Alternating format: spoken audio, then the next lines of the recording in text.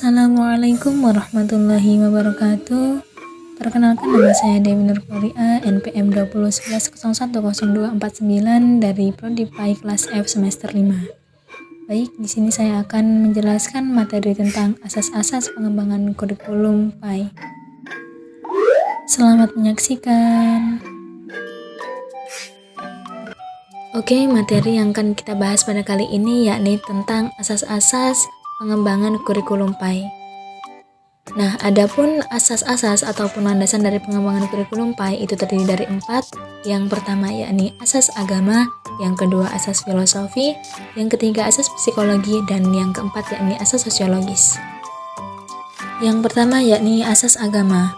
Nah, asas agama ini merupakan sebagai asas yang paling utama dalam pengembangan kurikulum PAI, yang mana dengan asas ini diharapkan dapat membimbing peserta didik dalam membina iman yang kuat, teguh terhadap ajaran agama, berakhlak karimah, dan melengkapinya dengan ilmu pengetahuan yang kelak bermanfaat di dunia dan akhirat.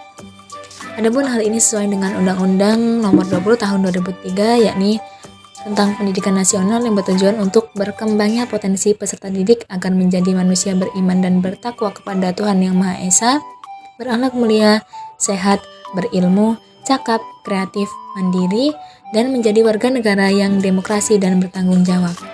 Adapun asas agama ini berlandaskan pada Al-Quran, yakni khususnya terdapat dalam Quran Surat Al-Hijr ayat 9 dan Quran Surat Al-Baqarah ayat 2. Dan selain itu adapun sunnah yang mana dijadikan sebagai sumber kedua. Selanjutnya yakni asas filosofi, yang mana filsafat secara bahasa yakni berasal dari bahasa Yunani, yakni philos dan sophia, yang mana philos berarti cinta yang mendalam dan sophia berarti kearifan atau kebijaksanaan. Sedangkan secara harfiah dikatakan sebagai cinta yang mendalam akan kearifan. Adapun filsafat itu diartikan sebagai cara berpikir yang sedalam-dalamnya, yakni sampai ke akar-akarnya tentang hakikat sesuatu. Nah, jadi dengan adanya asas filosofi ini, maka memberikan arah dan tujuan bagi pengembangan kurikulum pendidikan Islam, yang mana juga dengan dasar filosofis ini menjadikan susunan kurikulum PAI itu mengandung sesuatu kebenaran, terutama dari nilai-nilai sebagai pandangan hidup yang nantinya diyakini sebagai kebenarannya. Asas yang ketiga yakni asas psikologi, yang mana psikologi sendiri itu diartikan sebagai sebuah ilmu yang menjelaskan tentang kepribadian manusia, yang mana juga memberikan kontribusi dalam pengembangan kurikulum. Nah, adapun asas ini memberikan arti bahwa kurikulum PAI itu hendaknya disusun dengan mempertimbangkan tahapan-tahapan pertumbuhan dan perkembangan yang dilalui oleh peserta didik. Nah, selain itu, pada asas psikologi ini juga menuntut bagi pengembang kurikulum untuk memahami bagaimana karakter dari peserta didik itu sendiri. Nah, dengan begitu maka diharapkan nanti tujuan dari pendidikan itu akan dapat tercapai. Nah, adapun hal-hal yang perlu diperhatikan dalam pengembangan kurikulum PAI yakni terkait tentang asas psikologi ini, di antaranya yang pertama yakni dilakukannya seleksi dan organisasi bahan-bahan pelajaran.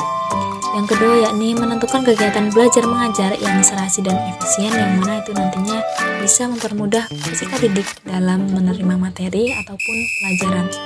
Dan yang terakhir yakni merencanakan kondisi ataupun situasi dalam ruang kelas.